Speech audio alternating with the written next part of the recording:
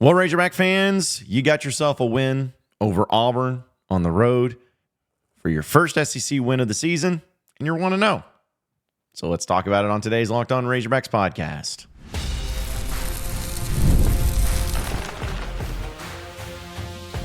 You are Locked On Razorbacks, your daily podcast on the Arkansas Razorbacks, part of the Locked On Podcast Network, your team every day.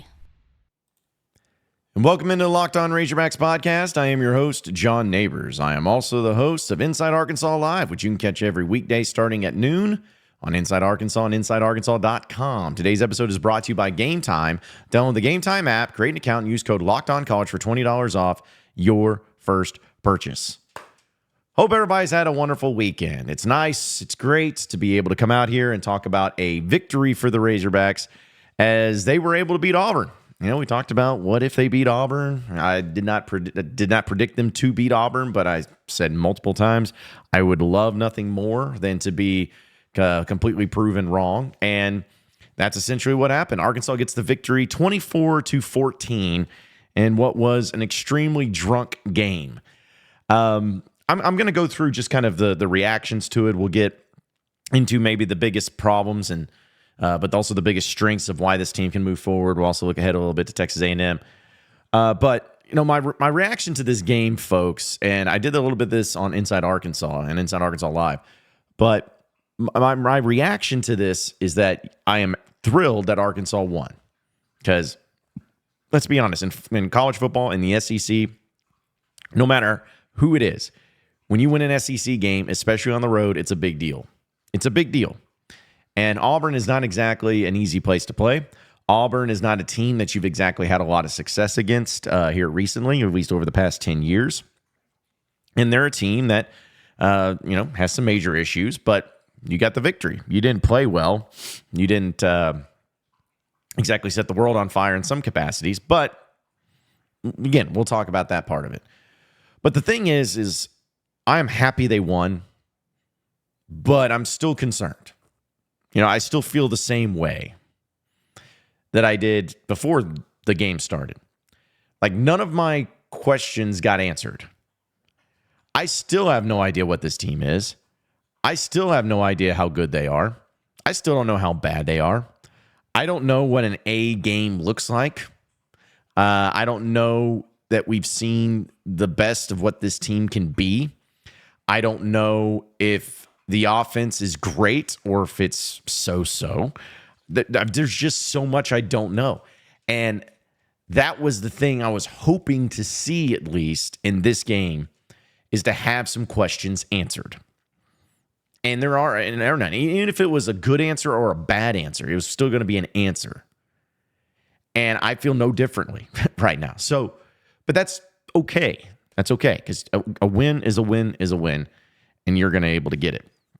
Now, there were a lot of key parts in this game that Arkansas had going on. I mean, Isaiah Satania, that big play, that 58-yard touchdown catch, was one of the highlights of the day, as you had just to kind of throw it up and go get it. And Satania, who hasn't really done a whole lot this season, we haven't seen a whole lot of him, but definitely saw some of his chaps there.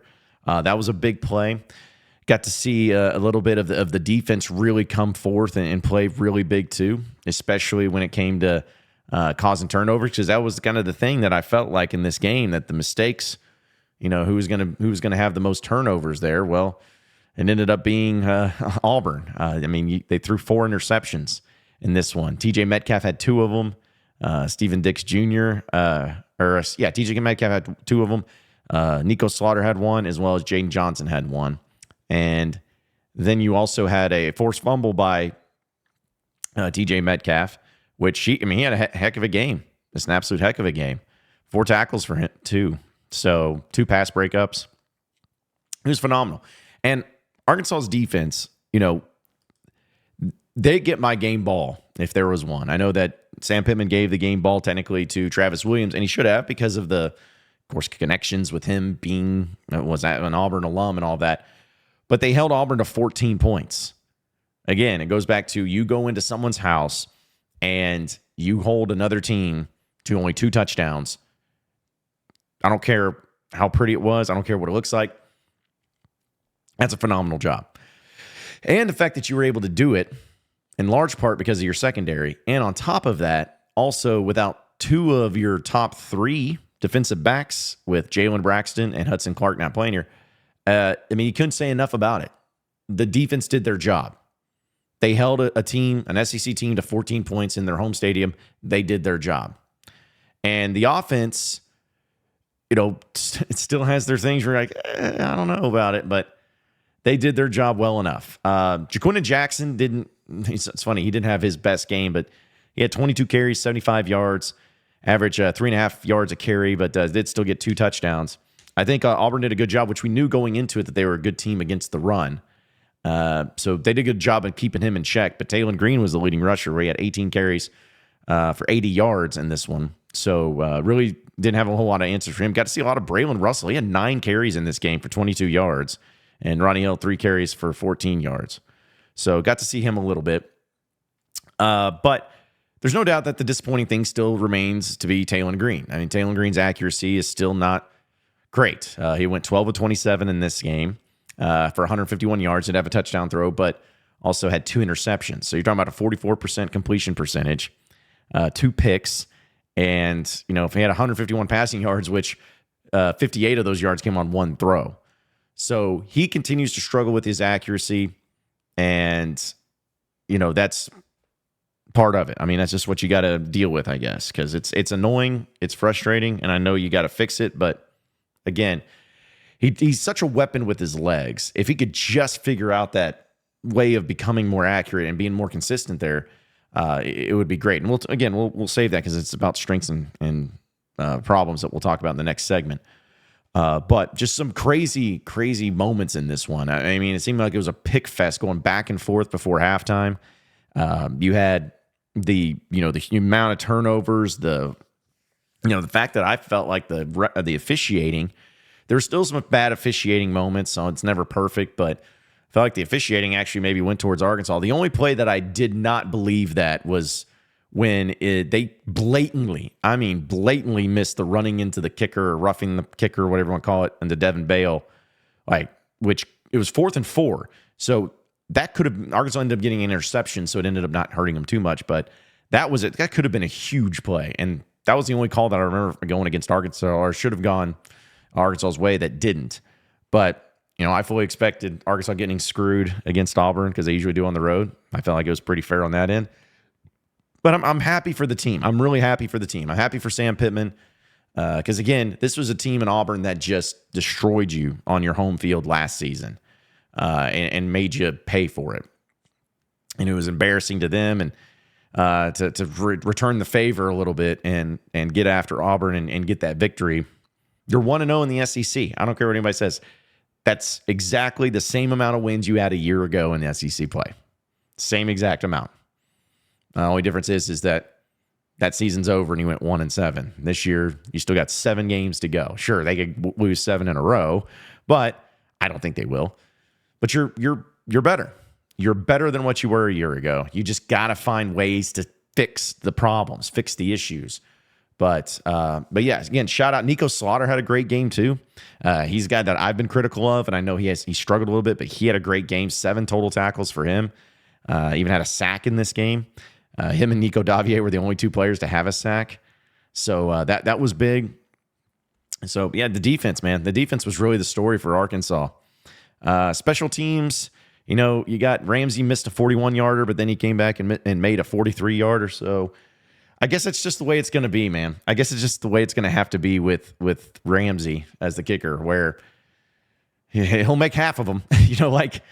He'll go out there and he'll make you a 50-yarder, but there'll be one that he also misses too. So, but again, I'm happy. I'm happy for the team. I'm happy for Sam Pittman. I'm happy for the fans. The fans, I got to enjoy it too. Even though people thought I was a little bit negative, and maybe I wasn't overly negative. I still stand by everything I said. It's just, again, in the moment, it's great, but in the long term, in the long game, is it still okay? Well, that's what we're going to talk about here in a bit. The strengths and the weaknesses of this team, as we are officially a third through it. That's amazing. But we'll talk about that and a lot more on the other side of the break. So stay with us here on the Locked On Razorbacks podcast. All right, folks, you know that I'm always here to tell you about Home Field Apparel. Listen, I love Home Field Apparel. We always love the vintage stuff as Razorback fans. Whether it's the slobber hog, whether it's the logos from back from the 50s, whether it's the hog leaning on the A, or any of the old school comics that had the Razorbacks. I mean, they got it all. It's such a cool thing. If you go to homefieldapparel.com, you'll be able to see it. And the collection that they have for the Razorbacks and multiple pages too. They got not just T-shirts, but you're talking about Letterman's jacket or retro bomber jackets that they got going on. They have hoodies, and they also have a button-up Hogs coach's jacket, which is really cool. But one of the things that if you ever want to do a gift for maybe yourself or whatever, they have the 2024 Arkansas Platinum football box that comes with old school hats, T-shirts, sweatshirts, hoodies. Get some socks with that. So they got it all. It's really cool to see the different stuff that they have available, and it's up to you to go and check it out because you're not going to be disappointed. So when you go over there to homefieldapparel.com, be sure to go into the Arkansas section. You'll be able to see it and use my promo code PIG24, PIG24, PIG24, all caps, and you'll be able to see all the great stuff that they have going on there for all the great Razorback apparel. Again, it's Home Field Apparel. Visit them at homefieldapparel.com and check them out today. We, of course, also are brought to you by FanDuel. Hey, NFL fans, you can start this season. I know it's still early in the part of it, but you can start the season with a big return on FanDuel, America's #1 sports book. So when you get a hunch in the middle of the game, you can check out the latest stats and view live play-by-play and so much more when you're on the same page where you place your bets. You'll get started with $200 in bonus bets guaranteed when you place your first $5 bet. That's FanDuel.com. Visit FanDuel.com to check out all the great odds that they have going on right now. It's FanDuel.com.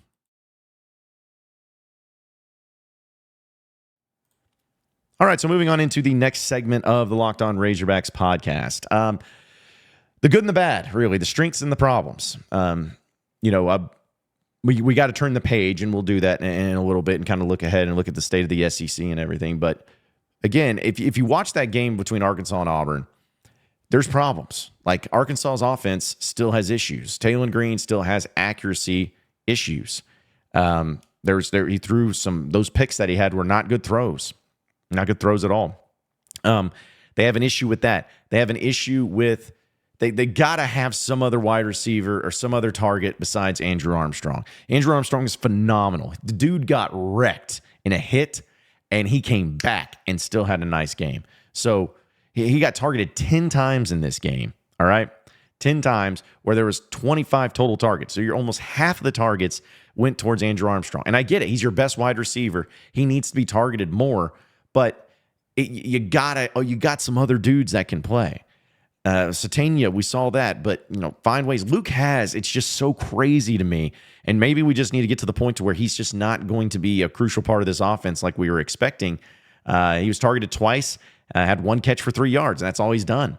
It's incredible, and so he's there, and then you're talking about Braylon Russell had a catch, a running back. Rodney Hill had a catch. He was the running back, of course. Even Ty Washington got a catch. And this one is tight end. But that was it. That was it. The only wide receivers that got any sort of receptions in this game was Andrew Armstrong and Isaiah Satania. That's it. All the other ones were tight ends or running backs. And it's fine if it works, but still, it's frustrating. You have some dudes like Ty Broden. I'll admit, Ty Broden he's been struggling this year. He's had a lot of drops, and that's a problem. So it's hard for a quarterback to trust somebody like that. But they got to find ways to get other people involved in the passing game. And a lot of that, of course, is going to hinge on the accuracy of Taylen Green. Taylen Green has to be more accurate. He has to be better than what we've seen so far. And I think he knows that.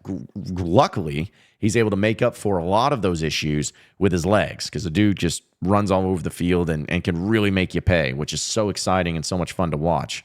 At times, he's got instead of doing those karate kicks that he did in the dude, just jacking him in the face. That was pretty funny. But, that's the issue. So, because what people are going to do, and this is exactly what Texas A&M is going to do. This is what any team that Arkansas is going to be facing is going to do. They are going to just force Arkansas to run the ball. Force them to pass the ball. because they're going to be locking in and be, all right, hey, just shut up Jaquin and Jackson.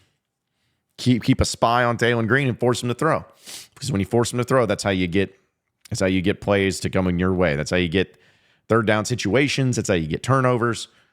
Find a way to do that. And that's a problem. That's a major problem. You don't want to be one-dimensional. You don't want to force yourself to be one-dimensional. So you got to find a way to get some crispiness, you know? I don't even know if that's, I keep using the term, but yeah, get some crispiness here for your offense. That's not just like, hey, go in the back, drop back, look around a couple times, no one's there, take off running. Because again, it'll work on occasion, but it's not going to be able to sustain that success for the long term. So that's the biggest problem right now is the passing game. The passing game in the offense and the ability to, go out there and, do the things that you're supposed to do that the Bobby Petrino offense is supposed to linger towards.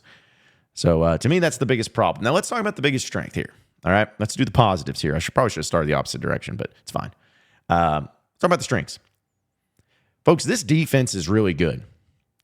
I'm not going to sit here and pretend that this defense is number one in the SEC or top 3 in the SEC or anything like that. They still have issues, but the defense is doing enough to win games. The defense did a good job against UAB in general to keep them in the game, because that's all it's about, keeping you in the game. Arkansas held an SEC opponent in their place to 14 points. We could go through the stats. We could go through the passing yardage and the numbers and blah, blah, blah. We could do all of that. But at the end of the day, it does not matter because, again, you held them to 14 points. Auburn had 430 total yards. And if you see that, they're like, oh, man, that's a lot. It's like, yeah, but you held them to 14 points. You were able to cause turnovers. And I don't care how many yards you give up if you're keeping them out of the end zone. Arkansas did that. The defense is doing a good enough job. They're not perfect. They're going to have big plays, but they're doing a good enough job. Also, Arkansas's third down offense, it took a little bit of a hit because it was 65% conversion rate. Now, this past week, it was 9 out of 19. But still, that's a great thing that Arkansas was so bad in, and we know how frustrating it can be when you're in these third down situations and you can't convert. Arkansas has an ability. It's kind of funny and ironic. Arkansas now has the ability to do to teams what teams were doing to Arkansas that was always so frustrating, where you get a team on 3rd and 9 and you got great coverage in the back, but then the quarterback takes off running and then he ends up getting it. That's what you have with a guy like Taylen Green, is you have a guy that drops back, and teams are going to play up good coverage and they're probably not going to be trusted. But then if he takes off running, the guy has such tremendous strides, he can get a first down pretty easily. So, but yeah, they're doing a good job still on third downs. Honestly, penalties too, knock on wood. Penalties they've been really good at. In this game, they only had 4 penalties for 20 yards. So every one of their penalties were just 5-yard penalties. That's really good. That's that part of it's mistake-free, or it's not mistake-free, but you're doing a good job of not causing those mistakes and everything too. So that's a deal. But again, they have some good things going for them right now. They just gotta fix the offense, the accuracy, and there's another couple things too that I want to throw in as far as fixing the snaps. Addison Nichols, there's been times where the snaps have been problematic. Got to shore that up. Got to get that cleaned up. Still not getting a ton of pressure on the quarterback like you should. Only had 2 sacks in this game, only 4 tackles for loss. But again, you'll take them when you can. But yeah, it's just the little tweaks here and there, and you'll be able to get it going. But I still like where Arkansas is at. I still like the direction they're going as far as winning and all that. But they have the toughest sledge of the toughest part of their schedule going to be coming up here really soon. So we'll see how they hang out and do that. But we'll talk about that, do a little preview and look at the SEC here in just a little bit. So stay with us here on the Locked On Razorbacks podcast. All right, folks, we know that you're always about buying those tickets because you want to go to all the great games and the great concerts and the great events and everything, right? Well, look no further than the Game Time app, right? Because the Game Time app is what you need to make sure that you are going to the games and going to these events for the best price with the best seats, the best deals.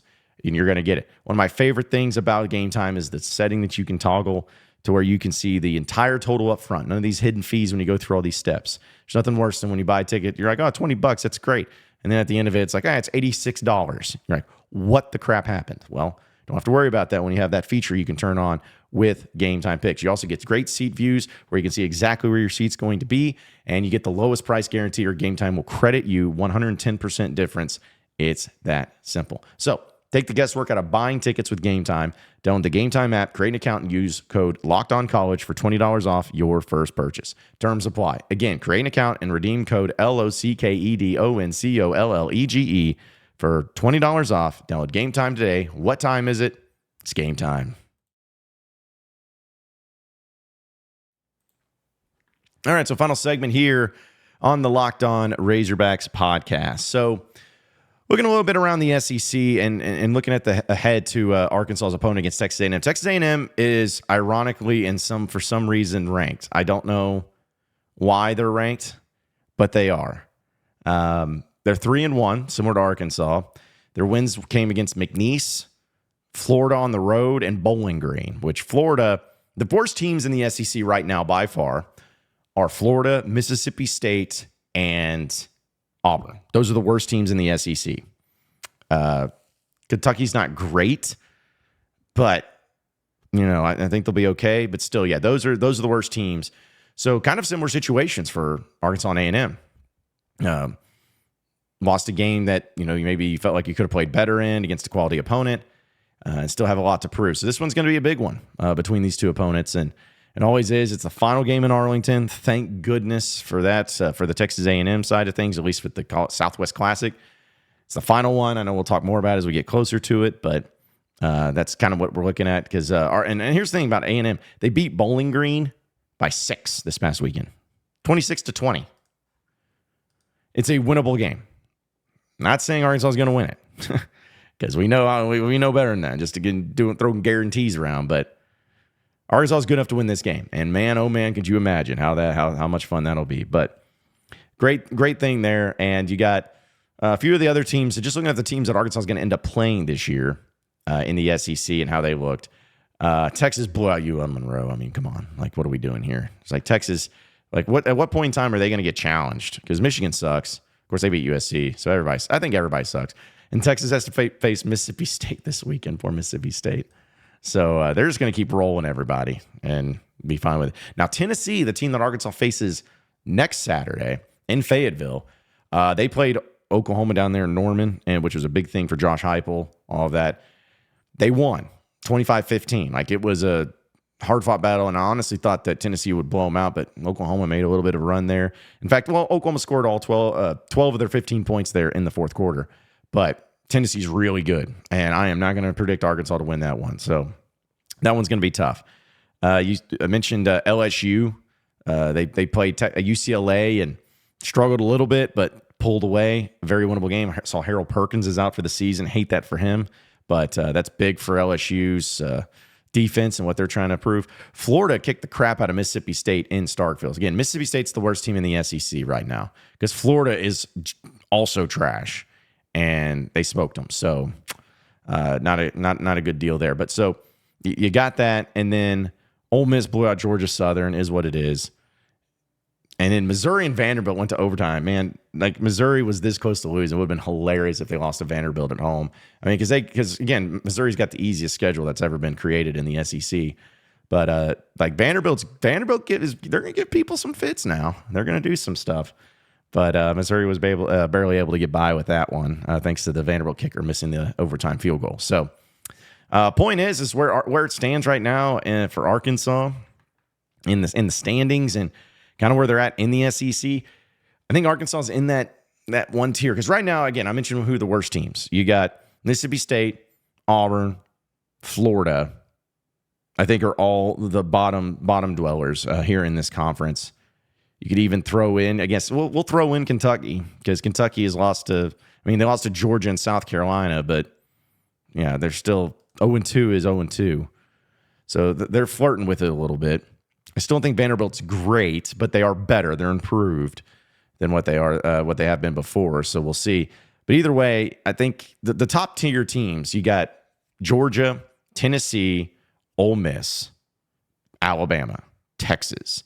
Like those teams are the top of the top. Those teams are all probably playoff contending type of teams in the SEC right now. And then after that, you got Missouri that's pretty good.